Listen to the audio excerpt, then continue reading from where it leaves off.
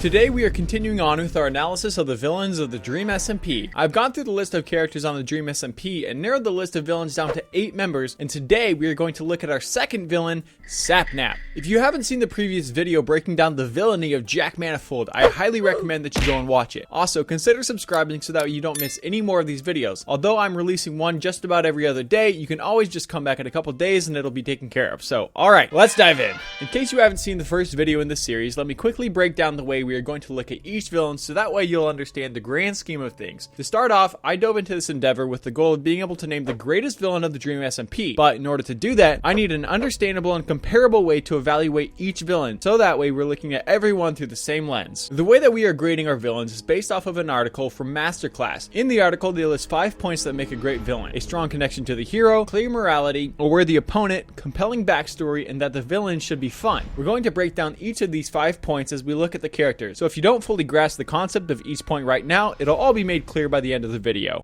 Today, we are looking at SapNap, but before we can dive into the 5-point grading scale, why is SapNap considered the villain? Let me simply ask one question. When was SapNap fighting for the right cause? Only ever once, in the final battle for L'Manberg. We're going to break down that time later on, but the point I'm making is that SapNap is consistently causing problems on the server. He's the chaotic neutral. He doesn't fight for a side a lot of the time, but rather causes problems simply to cause problems, and that makes him a villain. This makes it much harder though when we're looking at the first point on the grading scale, a strong connection to the hero. Right away, this is SapNap's weakest point. He has no connection. His only real connections are to Carl, Dream, and George. Carl's lore doesn't have much if anything to do with the main current storylines. Dream's conflict is with Tommy, and George barely logs on. The hero to SapNap's villain is tranquility. Peace and benevolence are the forces that SapNap fights against. I mean, if you search SapNap Dream SMP on YouTube and you take out his talk with Dream after the prison escape, you're left with videos of SapNap being chaotic and causing uprising for no apparent reason. He has no opposition in regards to a person, but rather is just causing an uproar around the server with no intention. He's similar to the type of guy who's munching on a bag of Doritos right in the middle of a church sermon. So what does this mean in regards to clear morality? Well, this is actually a fairly strong case for SapNap. Now, don't overthink this too much. Morality doesn't need to be some deep and complex thing as we'll get with some other villains in the upcoming days. In fact, it doesn't need to have layers that drive the villain to manipulate others to prove some deep philosophical point. SapNap simply loves to kill. That's it. It's so incredibly basic, but yet it's solid, and that's what makes this point strong. When we look at SapNap's moralities, we don't have to wonder if he's going to switch sides or if he's going to stand with certain ideology. We know that what SapNap is going to do is to kill, and that reigns supreme above all. Even after going on a rampage and causing a fight between him and Fundy, he said that killing is what he enjoys. Your pets.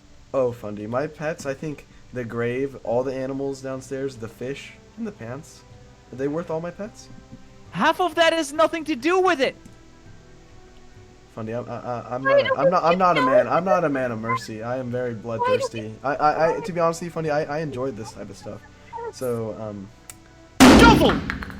Yeah, you like that shovel? His morality is clear, but when it comes to a worthy opponent, it's actually just as clear. Now, he doesn't have a connection to a hero in the sense of a person, but your opponent doesn't necessarily need to be a person. As I mentioned before, SapNap's opponent is peace. It's harmony. More specifically, it's anyone's view aside from his own. SapNap is one man, and that's it. Even when he fights on the side of others, he's really only fighting for himself, but this is what makes him such a worthy opponent. When you play on a server, oftentimes there are so many rules in place that are meant to keep peace. No griefing and no killing pets are the 2 most common rules on any server, and SapNap disregards both of these. But this is why we hate SapNap so much. Not because he's being cast as a villain to move the story along, but because he's simply chaotic, and that's it. You can't reason with chaos, and that bugs the heck out of us. When confronted with reason and sound-minded opinions, it goes in one ear and out the other, because all SapNap cares about is to cause problems on purpose. But how about for a compelling backstory? Well, this is one of the weaker points for SapNap. SapNap doesn't have much of a backstory, but this has more to do where he stands morally than it does with the events that have happened with SapNap's character. To start, we have to realize that the main timeline of events doesn't change or affect SapNap as a character. Not until the end, at least. SapNap is always there when it comes to major battles, but he doesn't play much of a role beyond being another body in the fight. But as I mentioned, this changes after Tommy and Techno's confrontation with the rest of the Dream SMP in the community house. After this point, SapNap decides that he can't just side with Dream because they're friends, but decides that Dream has to be stopped, and that carries over into SapNap and Dream's confrontation after Dream escapes prison. Now, the reason that this is a weaker point is because SapNap's background in the main timeline of events has come at the tail end. It comes pretty much after everything else has been established. It doesn't really affect SapNap too much, or at least not yet. The story is simply incomplete. The final final point is that villains should be fun. What the Masterclass article means by this is that villains should cause you to sit up and take interest when they're on screen. They should draw you in. SapNap definitely has a draw, but it's in a different way than others. I sound like a broken record saying this, but SapNap doesn't have an arc over the main timeline that truly affects what's going on. But he does draw you in. SapNap draws you in because you know that every time he appears, there is a high likelihood that there will be a fight. SapNap exudes chaos, and his presence alone makes you want to begin to fight others. This is the fun in SapNap. We love chaos for the sake of chaos. Mindless violence in Minecraft is fun. To fight without a true cause is fun, and we love that about SapNap. The fact that he doesn't need some in-depth lore or some sort of moral high ground to start stabbing is a major draw. And that's SapNap, one of the most underrated villains on the Dream SMP, but one that we all love to see. If you haven't seen my first video breaking down the villainy of Jack Manifold, I highly recommend it. We will be continuing to go through each villain of the Dream SMP just about every other day, culminating in us naming the greatest villain on this server. Let me know what makes SapNap a great or bad villain in the comments down below, and I'll see you guys in the next video.